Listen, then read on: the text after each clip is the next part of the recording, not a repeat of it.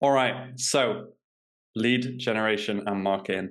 This is a longer presentation than usual just because there's quite a lot to go through.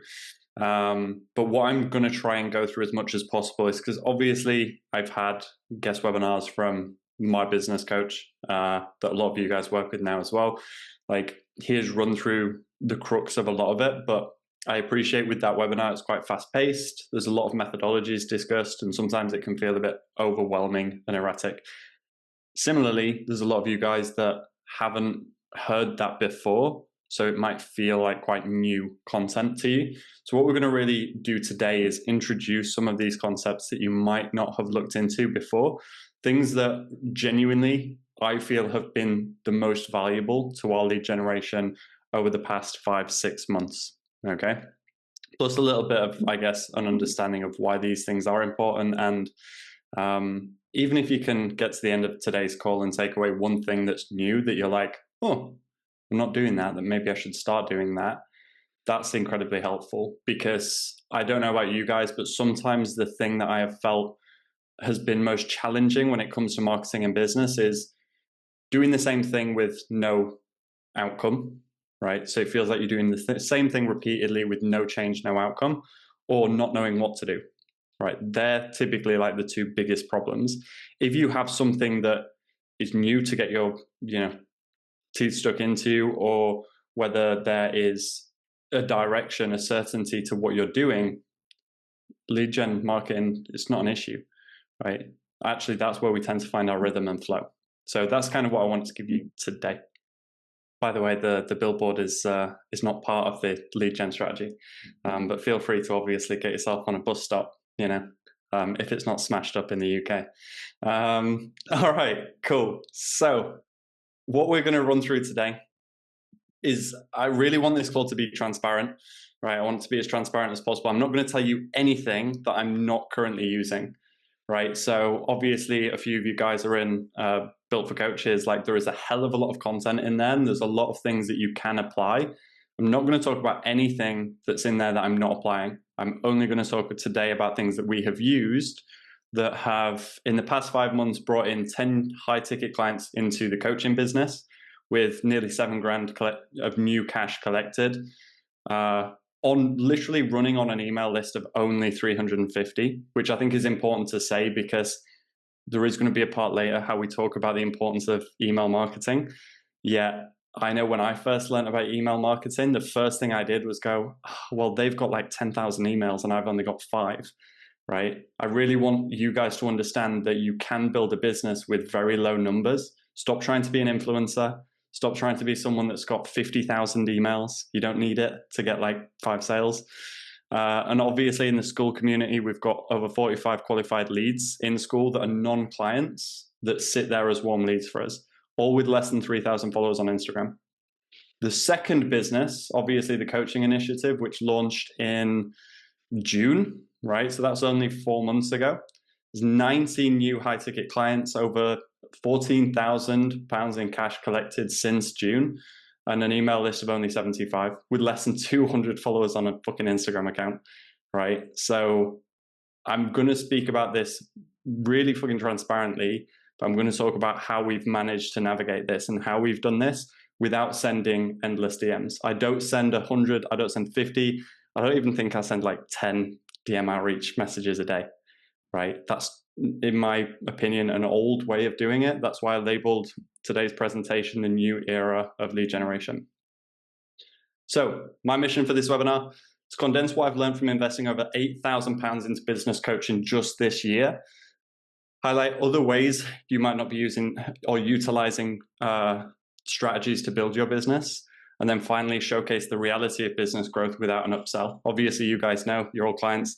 I have nothing to sell you, right? So you can sit comfortably in this webinar with a coffee and go, there's not going to be some harsh upsell at the end that's going to ask me to invest 5K into business mentoring.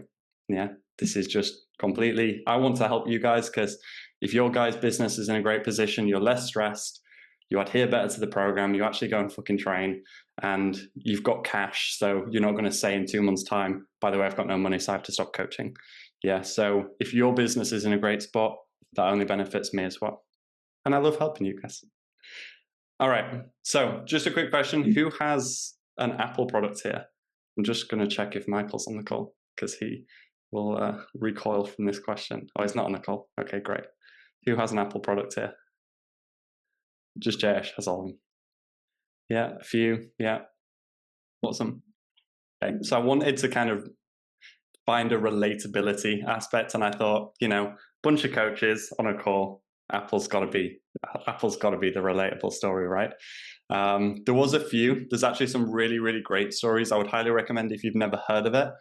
There's a guy called Joseph Sugarman as well that I would highly recommend finding out. And funnily enough, there's also a really funny alternative, another person called Sugarman, who was a musician. That's a really great story about marketing. There was a film produced called Searching for Sugarman that I would highly recommend kind of understanding the synopsis of, because when I think about it, it really helps me understand why marketing is important, right? So the issue is you can have a great product, but you can have shit marketing and it can lead to a failure of your business, right? Marketing is still important. Now, the important part here is also to note that you need a great product as well, right? You can't have shit product, great marketing, right? Because you can only sell a shit product once. Yeah, but great products and shit marketing is also an issue and leads to a lack of Sugarman. There you go. So early Apple computers were great products, but what made Apple legendary as a huge corporation, obviously sitting very, very high in terms of like the stock market as a company, and really turning the tide when it came to mobile development, was really their marketing and their branding, right? It wasn't their product. Most people that use Apple products and most people that don't use Apple products know that as a product itself, it's not always the best product, right? But back in the late 70s, early 80s, Apple was making some of the best personal computers, so PCs, on the market. But the issue was they weren't the only ones. IBM, Microsoft, there was lots of companies that had great products as well and equally competitive, right? All these products were fantastic, much like the coaching industry, right? We like to think, well, our product's the best, but in reality, there are a lot of great coaches in our industry. So it can be somewhat a competitive market. What made Apple come to the forefront when it came to PCs and then obviously mobiles was actually the branding and the marketing side of things, right? They saw belonging, identity, creativity. You can see the creativity flourish in their marketing, right?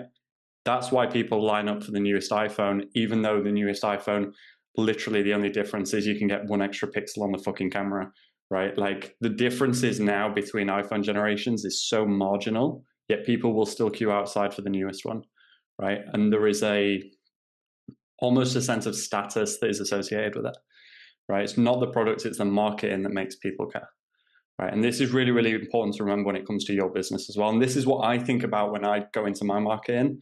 I don't go into marketing on a sense of like scarcity. I go in knowing I've got a great product. I just know that I'll let myself down if I don't market this great product. So, oops, wrong way. So the shift we made in May of 2025. So about 4 years ago, I thought marketing was a waste of time. I'm going to be dead honest. If you go back to my Instagram from about 4 years ago, I was almost definitely shit talking like marketing and Instagram and stuff like that, because I thought I just need a great product. That's all I thought. 2 years ago, marketing became a slightly bigger focus for me because I left the gym floor, right? So as a personal trainer, in reality, social media marketing isn't the most important thing. You just need to be known in the gym that you're in, right? As a personal trainer. But 2 years ago, I was leaving the gym floor to travel full time with the missus. So because of that transition, marketing became a greater focus to me. And it's when I started to really respect the importance of it.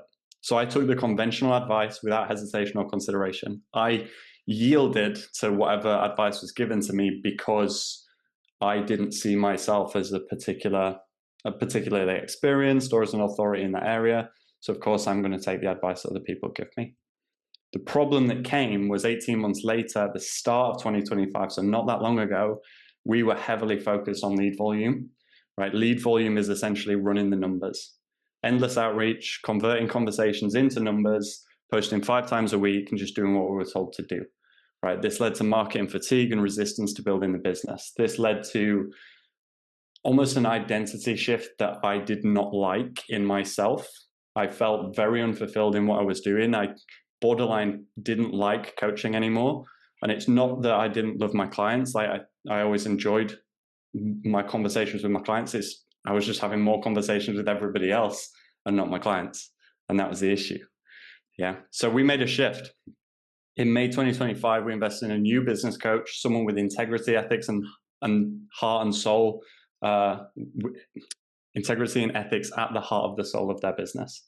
Right? New strategies were put in place, and the first change we made was lead efficiency over lead volume. And there's a funny story here, because a lot of people will be like, like, why do you advocate so hard for who you work with at the time? And the first thing is, like, I'll always talk positively about those that I genuinely believe in. But secondly, and not many people know this, is we actually taught Mark Strathen when he was upcoming in the industry. So that bottom photo is 2019. You can spot a little young, hairy Jack Haig in the background there. And Mark Strathen is right there. And he's learning from us how to be better as a coach. And literally fast forward 6 years, and I'm now paying him quite a hefty amount to mentor me in business. Right. So I know the roots that he's come from, and I genuinely trust in his products. But anyway, really the principle that changed for us in May of 2025 was focusing on lead efficiency rather than volume. So it wasn't about doing endless outreach. It was about talking to people on a level that they were at, that we could start drawing in the right person at the right time, so that we just never brought in really any nightmare clients. All the clients we were bringing in were great, and I wasn't feeling that sense of dread and overwhelm. Okay, so what does that mean? What is lead efficiency? This was kind of lesson number one that I learned from Mark, and it sits with me in every single thing that I do now. It's also something that we talked about on the live day, but we talked about it in the context of coaching, right? The lead efficiency is essentially talking to an individual or talking to a lead based on where they are in their stage of awareness, right? Problem aware, solution aware, product aware, most aware. Okay, so the issue was, at the start, we were trying to sell people here. So we were trying to do outreach, we were trying to talk to people, and essentially they were barely at the problem aware stage. And we were like, oh, have you considered coaching? And it would just fucking kill the conversation, right? Or you're trying to help the person, but help them in a conversation, which isn't really that much help, right? And you would just get nowhere. It would just kill the conversation. So you would just keep doing that on repeat. And like I said, there's nothing more frustrating than doing the same thing over and over again with no clear outcome, right? The change happened when, which leads to no successful sales, because you're getting people on sales calls when they're not ready to buy. Or if you are very good at sales, you could maybe push on a few pain points enough to get them to buy into the product. The issue is they were the fucking nightmare clients, because they weren't ready to buy. They weren't ready to change, but you'd sold them in at the wrong stage. So if you're currently sat there going, all the clients I'm signing up are fucking nightmare clients, that's a you problem. That's you signing the wrong people up. Right? That's not the client's issue. Okay, so that's something that I'll always sit back and go, God, I'm glad I was never good at sales, because I never got to the stage where I was signing up nightmare clients, because I just wasn't good at sales. Okay, so what we're focused on now is we only sell at the solution, product, and most aware stages. Okay, that's the only time we sell. If we recognize that someone is not in one of these stages, we will not sell them. We will not accept them into the coaching company. Okay, and again, it goes back to that idea of not operating on scarcity. Scarcity means that you'll try and sell people as early as you can. And the issue is you're just selling them at the wrong time. You're not getting results with them. You're banging your head against a wall trying to coach them, and they're not the right fit, right? You want to sell people at this stage. So to give you an example of what that would look like from a language perspective, it would essentially, I was originally going to use, because me and Tim were talking about it yesterday, I was going to use Tim's affiliation with Opal, the app blocking software, but I'm going to use something more clear cut instead. So the stages of awareness would go like this. Problem unaware is someone that is completely in denial and doesn't understand what the issue is, right? So it might be a coach saying, business is just busy right now, so my training's taking a back seat, and business is just busy. right? So I'm not going to do it, whatever, right? That's problem unaware. That's not the issue because business is always busy. If you run your own business, you're always going to be busy. That's never going to change, right? Problem aware is that the client can recognize what the issue is. So problem aware in this case would be, well, I actually have no boundaries to my business, right? Business is busy, but I have no boundaries. That's the issue. I can see very clearly that my business is filtering into everything that I'm doing, right? So I'm not going to go train because I have no boundaries. Solution aware is the yellow stage. Solution aware is that they see the problem. They also know what the solution is, but they don't know how to action it. So solution aware would be someone that says, I know I need to set boundaries, but I don't know how to set boundaries, right? I know what I need to do. Have you ever heard that from a client? I know what I need to do. I'm just not doing it, right? That's case in point, solution aware. And then you've got product aware, and product aware is how your business fills the gap between intention and action, right? So it's your business plugs in to their life to facilitate more action, right? So that might be someone saying, or a coach saying, well, I've seen JH Virtual Coaching help coaches set boundaries. Well, how have they seen that? Through our marketing, through other things, right? Through our testimonials, etc. Okay, so I've seen that. I know that that product exists. And then most aware is how they know how we do that. So JHVC helps coaches using this X system set boundaries, right? So this, as you can imagine, this is going to be the perfect place to sell someone into our coaching because they can go, I don't know how to set boundaries. You can help me with that, right? I've seen you help other coaches set boundaries, blah, blah, blah. I know that this is going to solve my problem, right? Do you see how if they're at this stage where it's like business is just busy right now, they're not going to buy, right? Why would they buy? Because they're not even addressing the real problem, right? They're going to say to you, yeah, I'll just wait until business quiets down a bit, which is never going to happen, right? That's why we don't sell people in at that stage, because it's just, rock and a hard place. You're not going to meet them where they're at. Okay, stage of awareness. Yes, Ryan, I'll add the slides to the webinar.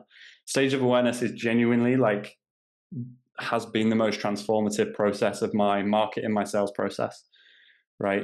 Because all your marketing now should come down to addressing each stage, right? So what kind of content are we going to put out? It's going to be content that says you're not busy, you just have no boundaries. Yeah.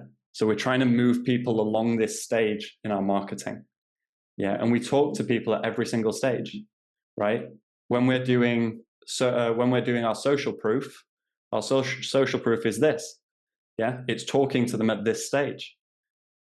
Yeah, so every piece of content we're putting out is always addressed to this. Do you see how then it's irrelevant, this idea of Monday you should post about your personal life, and Tuesday you should post about training, and Wednesday you should post about nutrition? Because it doesn't take into account at all the client's headspace. What you really need to do is go, okay, if I'm going to be posting about nutrition, am I posting about problem aware, solution aware, product aware, etc.? Like, where am I trying to hit them with that marketing and that message and that copywriting, and everything is aligned to that stage of awareness? Yeah. It's also where you would build in your lead magnets. So your lead magnets, if we're not going to sign people up, I've lost my mouse. If we're not going to sign people up at these stages, then we give them free lead magnets. We try and help them as much as we can for free because they're not going to sign up. So how do we help them for free? We build lead magnets around it. So can we think of a lead magnet that Jack Haig's built recently that would fix the boundaries issue? Yeah, it's the mini course, right? It's the Ultimate Work Week, right? Why do I invite... We've got like 45 coaches in there right now that don't coach with us, that are in the Ultimate Work Week, because they're not going to buy. But the great thing is, the next stage is them going, this course is useful, but I'm still not actioning it. So I'm going to need someone to just help me get to that next step, right? So that might be where they start to consider the product. Yeah, maybe I do need full coaching to solve this problem. Yeah. So that stage of awareness, we're always trying to plug the gaps. And in this stage, this is where we're creating the lead magnets. This is where we're trying to produce as much free value as we can. Yeah. This is where we start selling a little bit more. And if you get someone on a sales call and you're really getting the impression that they're in this stage, don't waste your time. Because even if you make the sale, like my client, yeah. So instead you go, look, I'm just getting the feeling that now isn't the right time, but I'd love to send you away with some, some value, some things that I think are really going to help. If they apply that stuff and they come back to you, great, they've probably moved into the next stage. If they've not applied it, it's probably the same reason they wouldn't have applied themselves in your coaching business anyway. Yeah. Cool. So that stage of awareness. The next stage we kind of focused on a little bit more was email marketing. Now, this is something that I did have that I didn't really push on that much. And what I will say is, like, although email marketing, in my opinion, is 10 times better than social media is still very powerful. Social media is very powerful for awareness. So the stages we talked about on the previous slide, social media is very powerful for that. Okay. And people will exist there a lot, but your email list is the only thing you own. You're technically renting space from Facebook, Twitter, Instagram. At any point, they can go down and you could just lose all your shit, right? Your email list is the only thing that you own because that's the only data, the personal data that person has signed over to you. A follow, you don't own that personal data, right? If someone subscribes to your email marketing, you own that data now, okay? Your email list is what I consider a spotlight on your warmest leads. Have you ever felt like you don't really know who your warm leads are and who your cold leads are and what the difference is and stuff like that? Anyone that's subscribed to your email list is a warmer lead, right? Because there's a big difference between following someone on social media where you're like, yeah, I'll just maybe sometimes see their stuff if the algorithm shows me it, or an email list, which is guaranteed 100% of the time to land in their inbox. So that's another benefit of the email list. Any content you put out email-wise is always going to be visible to the client. Have you ever put out a post on Instagram where you feel like half your followers don't even see it? Yeah. Email lists don't do that. Email lists 100% of the time arrive in the subscriber's inbox. Yeah. So your email list is a spotlight on your warmest leads. This is also where you can make the most offers. Think now a little bit about your email inbox or open it. Like if you're sat here now, open your inbox and look at how many companies have sent you offers and updates about their services, their products. And you see that and you don't unsubscribe, you leave it there because in the back of your mind, you're like, maybe one day in the future, like maybe I'll buy from them. Yeah. The only people you unsubscribe from are those that you know unequivocally you're never going to buy from, in which case, fuck them anyway. You don't need them on your email list, right? But your email list is all the people that see your emails that go, maybe one day I'll work with them. Yeah. That's why they stay subscribed. So they are definitively your warmest leads, right? If you don't have an email list, it is genuinely probably one of the most important things that you can build. Okay. The second thing about an email list, the image hasn't. Awesome.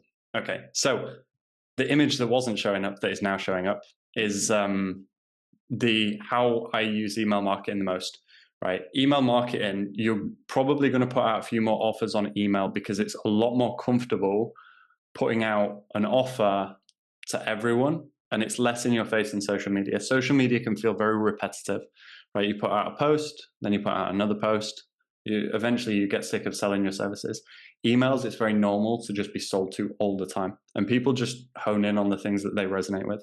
So, and that's not to say you shouldn't always post value as well in your email list. Of course, you should still do that.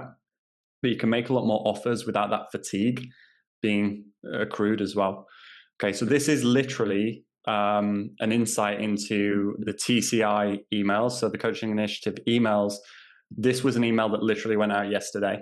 All right. And depending on the email company that you use, so, you could use Aweber or you could use ActiveCampaign or MailChimp or Squarespace, I use for our coaching. You can see the click rate. So you can essentially see who's clicked on the button that you've put in. So if you put an application form in, if you put, in this case, it was the syllabus. If you put a button in that someone can press, you can then see who in that email list has pressed that button. Who do you think is going to press the button? It's going to be the people that have the most curiosity, that are most interested in your product, right? So even with the coaching initiative email, we might have 75 emails in it, but there is 9 people that opened that email that clicked on the syllabus. So they are 9 people that we probably should focus our outreach on, that are probably most interested in our product. Yeah, that's how email marketing can work, and that's why it's better than social media, right? Social media, you can't see really shit. You can't see when someone goes on your account and clicks anything, and you probably can. There's probably software that you can use, but it's a bit arduous. Like, email marketing is designed for this stuff. So you can see your hottest leads, you can see your warmest leads very, very easily. Okay, this is why it's super useful.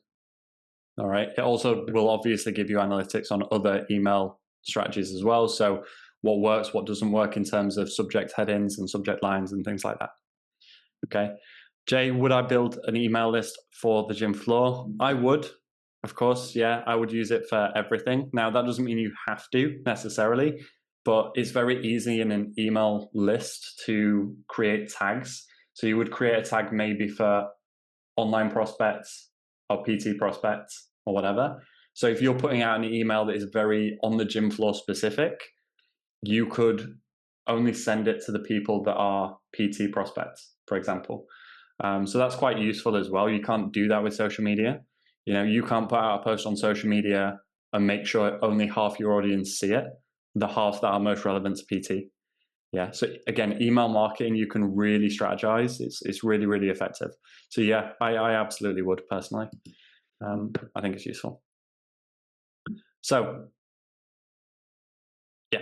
So just a to-do list for you, really, an insight into some of the things we've been doing recently that you'll have seen evidence of as well. Leverage your pre-existing relationships. The amount of coaches that don't ever message or ask for help is insane. Like, you don't get any additional brownie points for not asking for help, right?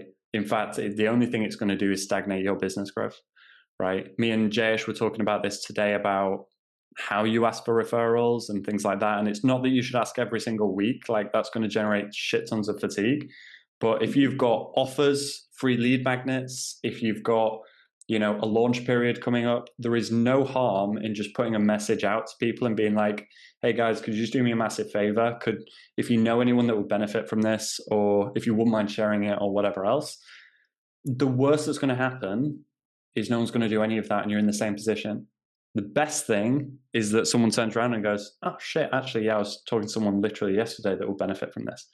Yeah. So there is never a negative to doing any of that. So leverage pre-existing relationships. That's the most important thing you could do. We also did the same when we launched the coaching initiative. The coaching initiative, when we launched it, we did no marketing. We had so many people that talked to us afterwards and was like, I did not know that this was a thing, because we did no marketing, no emails, no Instagram about it, really, nothing. All we did was we messaged a bunch of people that we knew and said, hey, I know that you're invested in your education at the moment. Me and Ant have actually launched something recently that we think would be a great thing for you to be a part of. That's all we did, right? That's all we did. We just put out one offer to a bunch of people that we thought would be interested, and we got 15 students on our first intake. Yeah. Like, leveraging pre-existing relationships is way more powerful than you realize. You're just not doing enough offers. You're not putting out enough offers. There's a period of time where Mark and I were back and forth on it quite a lot, because I would talk to a lot of coaches. Obviously, just the network we have, I would speak to so many coaches and I would never offer anything. And he was like, just put out an offer. That's all you have to do. Just slide an offer out there.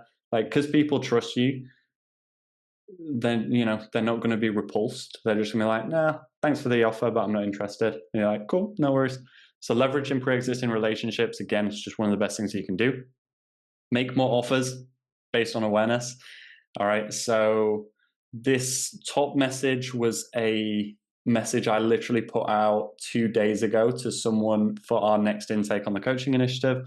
And I just messaged him. He's on our pre-registration list on our email list, but he's not really been active that much. So I just messaged him and I said, hey dude, hope you're well. I just wanted to drop a quick message as I know you're pre-registered.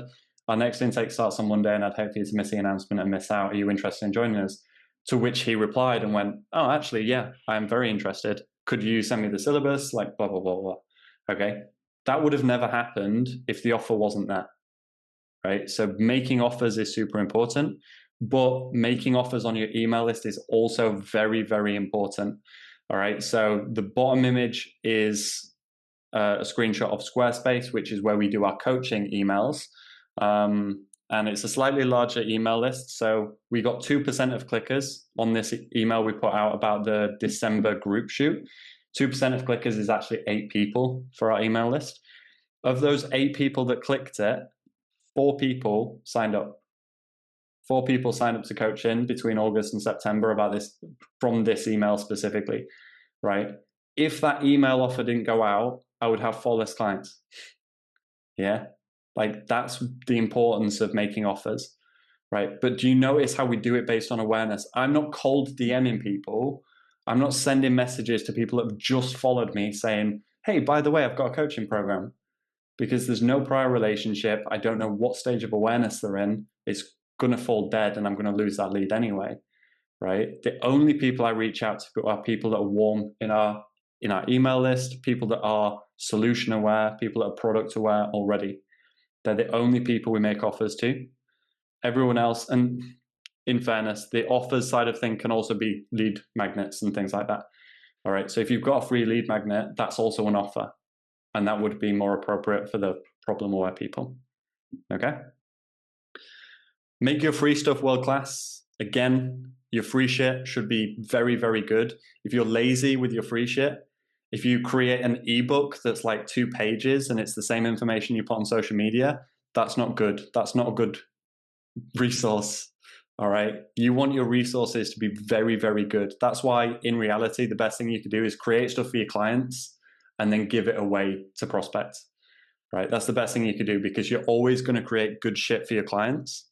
So create stuff for your clients. The Ultimate Work Week was originally designed for you guys, right? I designed the Ultimate Work Week for you guys and then went, oh, I could actually buffer this out a little bit, change the language and make it a free resource for people.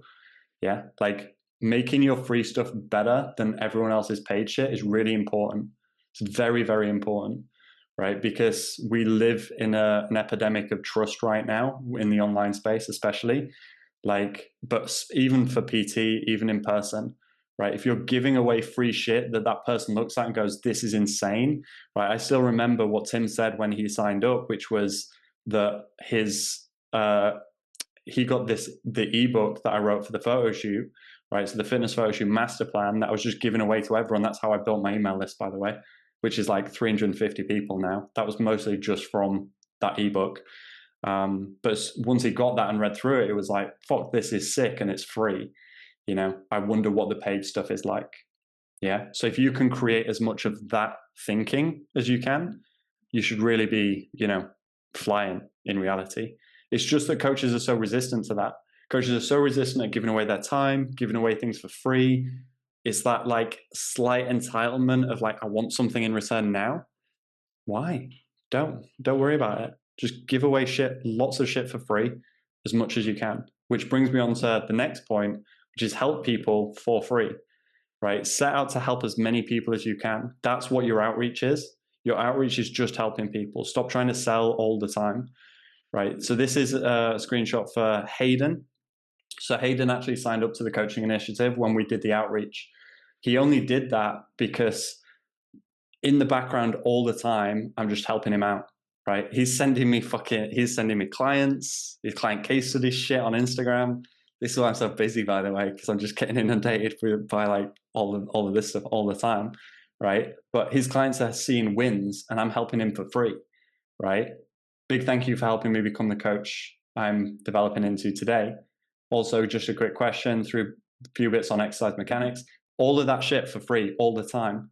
And I'm not turning around to him and going, dude, you really need to be paying for this. Just helping him out. Yeah. Obviously, I'm not rushing to help him out, but I help him out.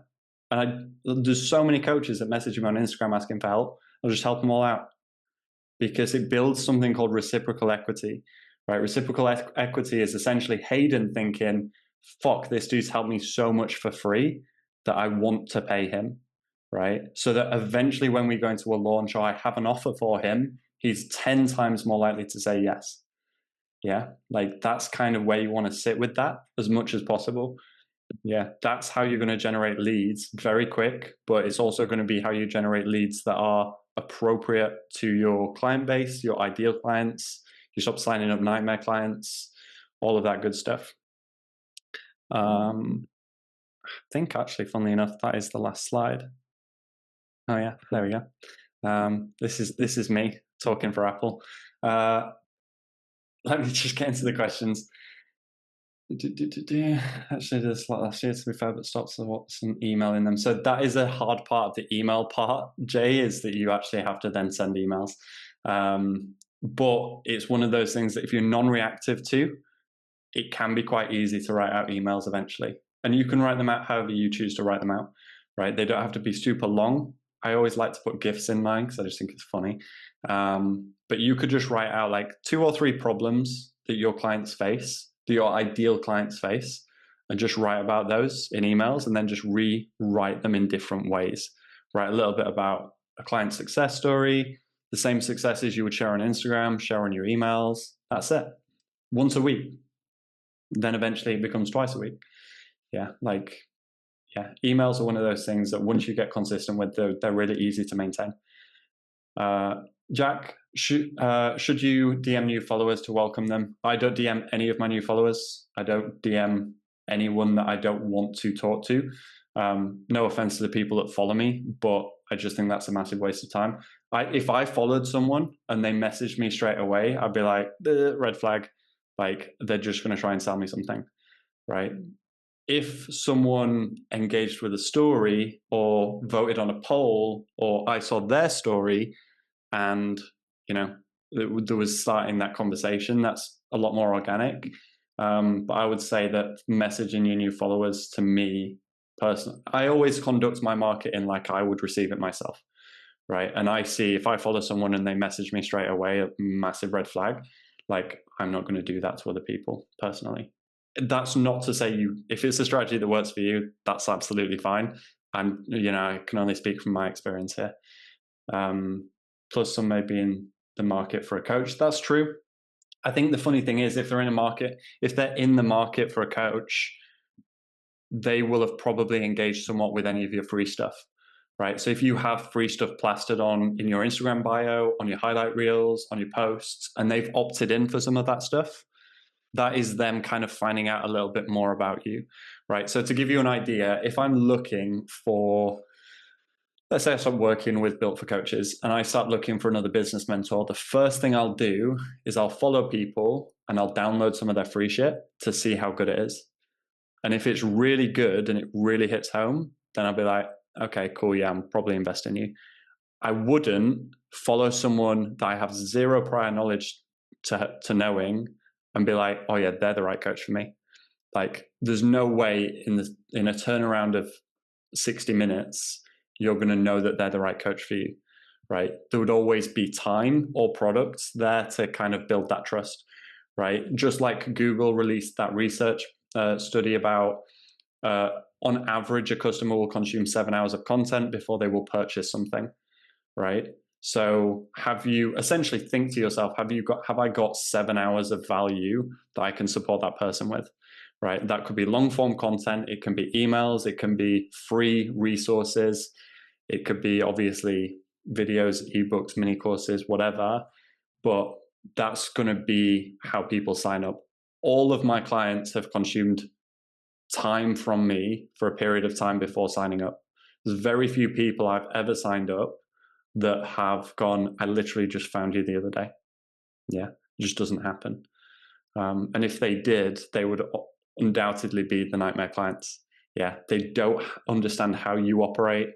They don't understand your language properly.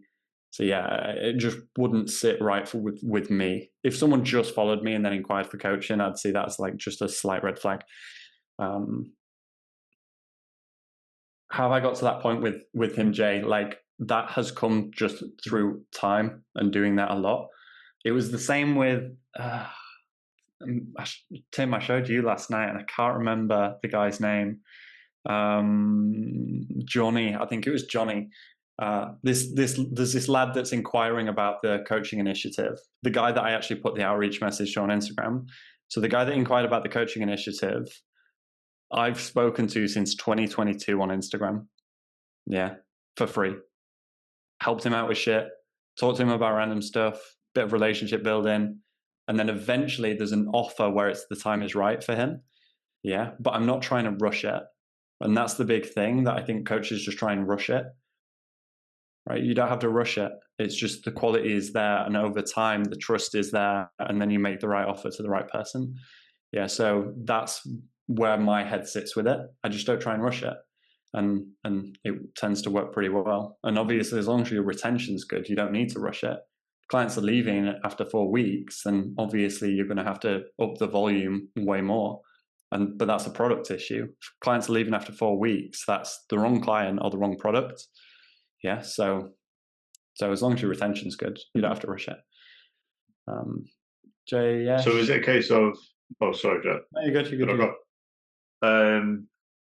So I'm just trying to use an example. I've got one guy speaking to me like in the DMs at the moment, and he's like, let's say he's struggling with X, Y, and Z, right? Am I solving that issue, like in the DM, in terms of am I giving him the solution to that issue in the DMs, or am I saying, hey, come and see me, mate, we'll run a free session? It depends what the issue is. Okay. So, I think struggling to lose some belly fat, like. Okay, have you done a training for your clients on, the starting place for losing belly fat? No.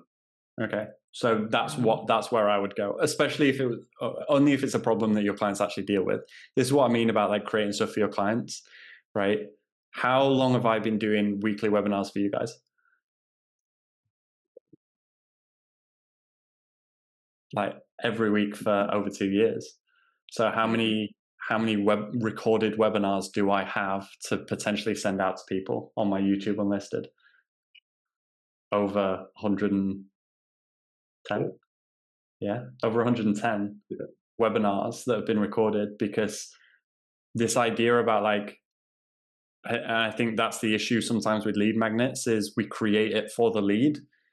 But if you just think about creating for your clients, how many of your clients have started with you with the intention of losing belly fat? Probably quite a few, right? So it would be an apt training to record for them. The reason why you're trying to lose belly, or where to put your focus is when trying to lose belly fat or whatever else. Then when this guy messages you and is like, that's my intention, you're like, oh, well, I actually did a training for my clients on this. I'll send it over. And then all you do is you send it over, and then 24 hours later, you follow up. Yeah. And you just go, how did you find the webinar? You got any questions? Yeah. Yeah. That's it. Yeah, like that. That's it. All the time. All the time. And obviously, if you create something that you're really happy with, or you feel like it solves a real good problem, you could then market that as a lead magnet, right? So like the Ultimate Workweek that took me fucking ages to create, like I'm not just going to sit back and wait for people to ask about boundary issues before I send it out. That's why I kind of marketed it properly. But all the other webinars that we record, so this one, for example, this is quite nice. I enjoy this webinar. So what I'll probably do is in a couple of weeks, maybe so once the TCI launch is finished, I'll probably advertise this on my email list. So I'll just send it out on my email list to watch for anyone that's interested. Yeah. Because I know it's a big problem that coaches have, and it's a problem that I've had. So sometimes you'll be like, yeah, I want to market that. And sometimes you'll be like, yeah, that was a cool webinar. I'll just keep that in the back pocket. And then if anyone messages me with that problem, or if that problem crops up in conversation for anyone, then I've got it kind of there. This is why always creating is quite useful. And this feels a lot more natural to me than worrying about spending 5 hours a day trying to create a lead magnet. Because in my head, when I'm doing that, I'm thinking, well, I'm not creating stuff for my clients. So I'd much rather do this, where I create a webinar for you guys and deliver it, and then use that in future marketing. Yeah, that sits well better with me. way better. Um, okay, so how do you know if your lead magnets are world class? If it helps a bunch of people, if they talk positively about it, if they opt into it. Yeah, they're like the big things. If no one's opting into it, there's a really hard like ego thing you have to get past. Yes, or was your hand raised to jump on Jay's question? Yeah, mate, it was in regard to what you were saying there about the videos, like webinars and stuff like that. Obviously, you may have seen on my side of things lately, I've been doing a lot of like educational YouTube stuff. So I don't know whether you do the same, similar with like the school platform and stuff like that. But as I say, just sort of building out, like like I prefer to do that. Film like find what the issue is. So I don't want today. That was if I was to go back to the beginning of my weight loss journey, what would I do all over again? I like Yeah, straight away, it's already had like 20 clicks on YouTube, like 20 views, which doesn't sound like a lot of numbers, but that's 20 people consuming like 10, 15 minutes of you talk about the exact steps that you take them through. That's just building process straight away. And I just prefer doing that then. I'd rather send somebody that than fucking, spend time trying to like sell to them. Do you know what I mean? If they want something free, they can click it for free. If they don't want it, they don't want it at the end of the day. So I don't know whether that would help with what Jay was saying there, but I find it really easy to use. I just use Gamma, and it's just a lot easier to do instead of fucking creating loads of slides on Canva. Do you know what I mean? yeah, for sure, man. I definitely agree with that. Like long form is coming in a little bit now. Well, it's coming in quite a lot, to be fair. And I think the biggest thing with the long form side of things is the watch time. So obviously, people have pulled on the Google study that obviously we talked about watch time, and it's like if you're using Instagram solely as your lead gen tool, how many Instagram reels would someone have to watch before they've consumed 7 hours of content? Like, I don't know if someone watched every single reel on my profile. I don't know if that would be 7 hours of content. Like there has to be a point where we go, okay, how do I increase watch time? How do I increase the person's time engaging with my stuff? And long form is great for that, which is awesome. And you can publish some of that stuff. At the moment, I'm in the process of trying to figure out which of mine I want to publish. But it's all there, sat in the unlisted, right? Every single webinar we've done for absolute time, right? I've got 483 videos in my YouTube unlisted, which is just ridiculous. But at any point, I can send any of these around to people depending on where they're at in their journey and what I think would be helpful, which then goes into Jack's question about like, where are these? Are these in school or are these? Yeah, I send them via YouTube links, Jack. Only reason being is I don't want to give them access to everything that you guys have access to. I want there to be an element of exclusivity with that. Don't get me wrong, the guys in school have access to the Ultimate Work Week, but that's it. They don't have access to anything else. So yeah, that's kind of, and you can usually see which ones I've sent out as like a lead magnet because they're usually the ones that have like much greater views than others, right? So that's a component to consider for sure. There was one I sent out. I can't remember which one it was. I can't remember now. But there was one I sent out, and I was like, oh, that's actually got quite a good amount of views. So yeah, that's just something that we just need to be mindful of. Maybe it was mini cuts. Yeah, so mini cuts there, you can see 53 views, right? That's one that I put on my emails, and I sent it out as like a free training on my emails. And yeah, 53 views. So that's not too bad. And that's kind of how we want to see that content consumed kind of element when we're putting out content. This is just how I think of it anyway. But yeah, so does that answer your question about like, how do you know if your lead magnets are world class? Because the one issue you'll face, and I had this very same issue when I was doing the Ultimate Work Week, and I messaged Mark about it, and I was like, how do I know when it's done? Because I could just keep adding to this forever. Like there's a perfectionistic element to that, of course. And the question he came back to was, once someone completes it, will they be able to achieve the outcome that you're trying to deliver? And the answer was yes. So it's like, okay, everything else then is just a shiny object, right? So don't worry about filling it with another hour of content. If they can go through it all and if they actually apply it, they will get the outcome that you're promising. That's enough. Yeah. And then you can move on to the next thing. Do you do it in? Sorry, there was a wasp in here when you was talking earlier, so I was trying to get him out. He's very attracted to my bright colours. Do you do them?